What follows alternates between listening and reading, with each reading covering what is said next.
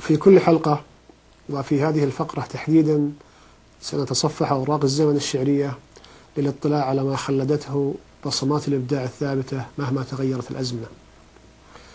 وقبل أن تبحر أشرعتنا مع قصيدة هذا الأسبوع سنقف على مقربة منها ونرى أن أولا الشاعر هو واحد من أخطر الأسماء التي جمعت الشعر والصحافة إن لم يكن أهمها وأخطرها على الإطلاق.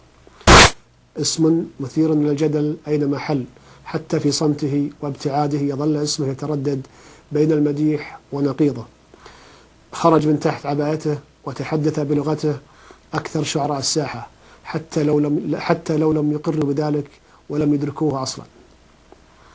النص، على الرغم من أن شاعره من حملة لواء التجديد، إلا أن هذا النص جاء تقليديا بلغته ومفرداته، ولكنه لا يمكن أن يكون تقليديا أو عاديا بما يحمله من أمطار الشعر وابتكارات الصور.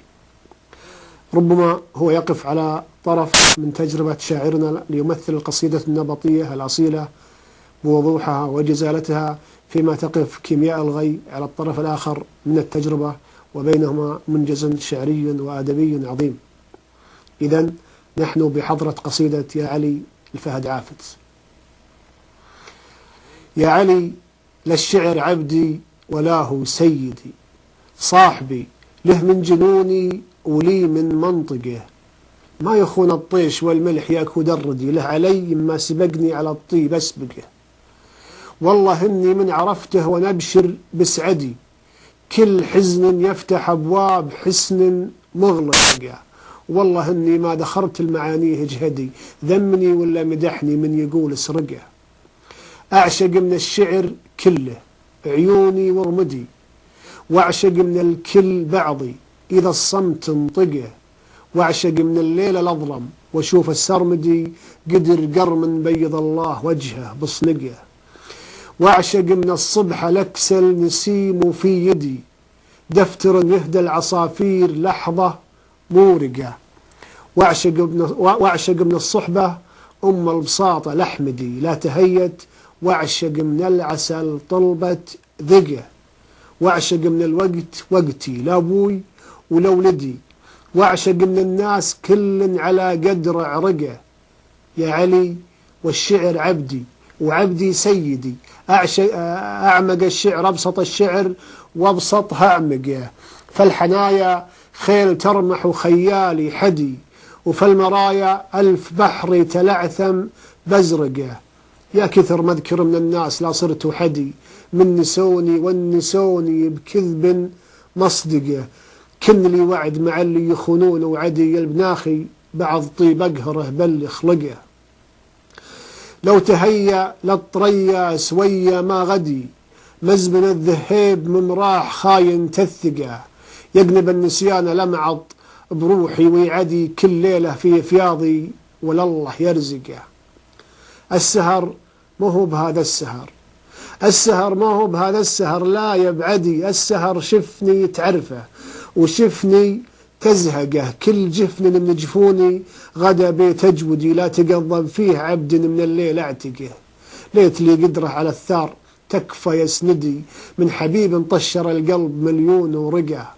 ما رماني خطلة اللجل يرضيني، فدي نيشن الفرقة هنية ثمركة بندقه.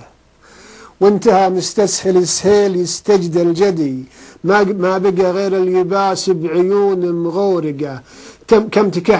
كم تكحل عادلي وانعمى من مرودي، يوم قال العين بالعين ما الله وفقه. قلت والله دام قفى، وظليت وحدي لاتركه في داخل القلب محدن بشنقه.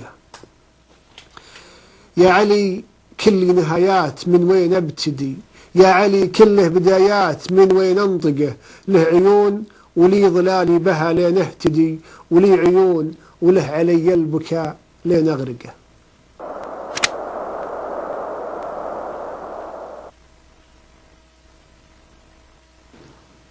يقول أهل اللغة لولا شعر الفرزدق لذهب ثلث اللغة العربية. الفرزدق هذا الشاعر الداهية والمعجزة يقول عن لحظة تأزم يمر بها كل شاعر ربما مرت علي ساعة ونزع ضرس أهون علي من أن أقول بيتا واحدا. إذن يكتب الشاعر قصيدته في لحظة إلهام وحضور شعري، ولكن ماذا عن تأخر لحظة الإلهام وتمنع القصيدة التي لا يمكن أن تأتي بالإكراه؟ وكيف يتجاوز الشاعر معضلة التكلف والصنعة في هذه الحالة؟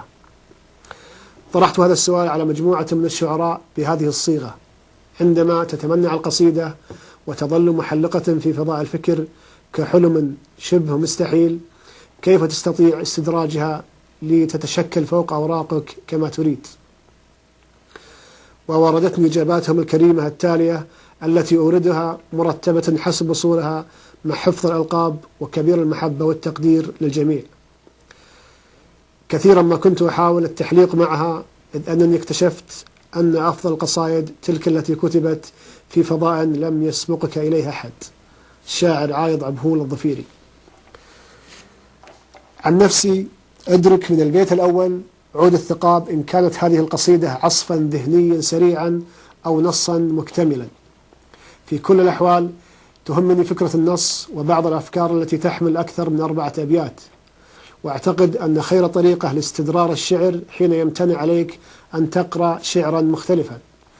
أما حين تتمنع القصيدة فالأفضل تركها إلى لحظات بوح قادمة، فأما أن تحضر بشكل مكتمل أو لنعتبرها سقطا لم تنفخ فيها الروح، وبالتالي فهي مضغة غير مخلقة. الشاعر سعود الصاعدي.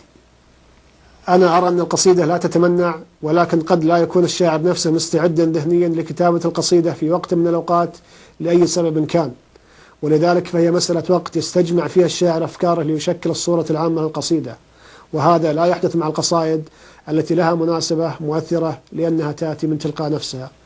الشاعر زياد بن نحيت.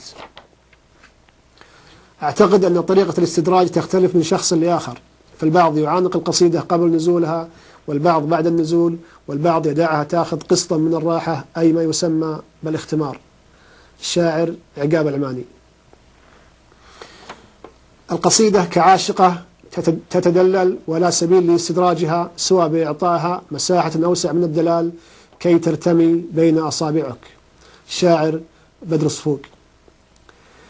للشعر دائما طقوس غريبة وتختلف من شاعر لآخر، وتجد الشاعر مع مرور الزمن يألف هذه الطقوس ويؤمن بها ويعتقد أنه لا يستطيع الكتابة إلا بوجود شيء منها. وعن نفسي إذا جاء حادث القصيدة أحاول قدر ما أستطيع تهيئة هذه الطقوس أو شيئا منها على الأقل، ولذلك لضمان عدم هروبه. الشاعر علي الريض. أعيش معها حالة صراع مستمرة بين أجواء عامة وخاصة، مكررا لها النداء بحسب مطلعها بين حين وآخر، وكثيرا ما تهرب خلف الرفض.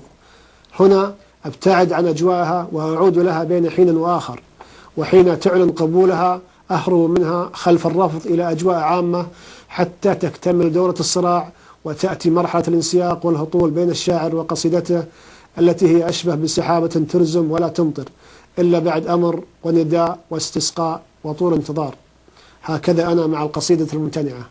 الشاعر بدر الظاهري. لكل قصيدة وقتها الذي تجاوزته لا أرى استجداؤها. هنا إغلاق باب الهاجس أفضل من تركه مشرعا بلا ضيوف، على عكس إن كانت قريبة من البال بعيدة عن الكتابة يكون لكل شاعر طريقتها الخاصة. عني أنا أترك لها حرية القدوم، وأن امتنعت عن ذلك لوحت لها بيميني. الشاعر مشعل البراك. هكذا كانت إجابات المبدعين الذين نتقدم لهم بوافر الشكر وجزيل الامتنان لإثراء هذه الحلقة برؤاهم وتجاربهم التي نحتاج إليها كثيرا. ونستأذنكم بالانتقال إلى الجزء الأخير من حلقة هذه الليلة.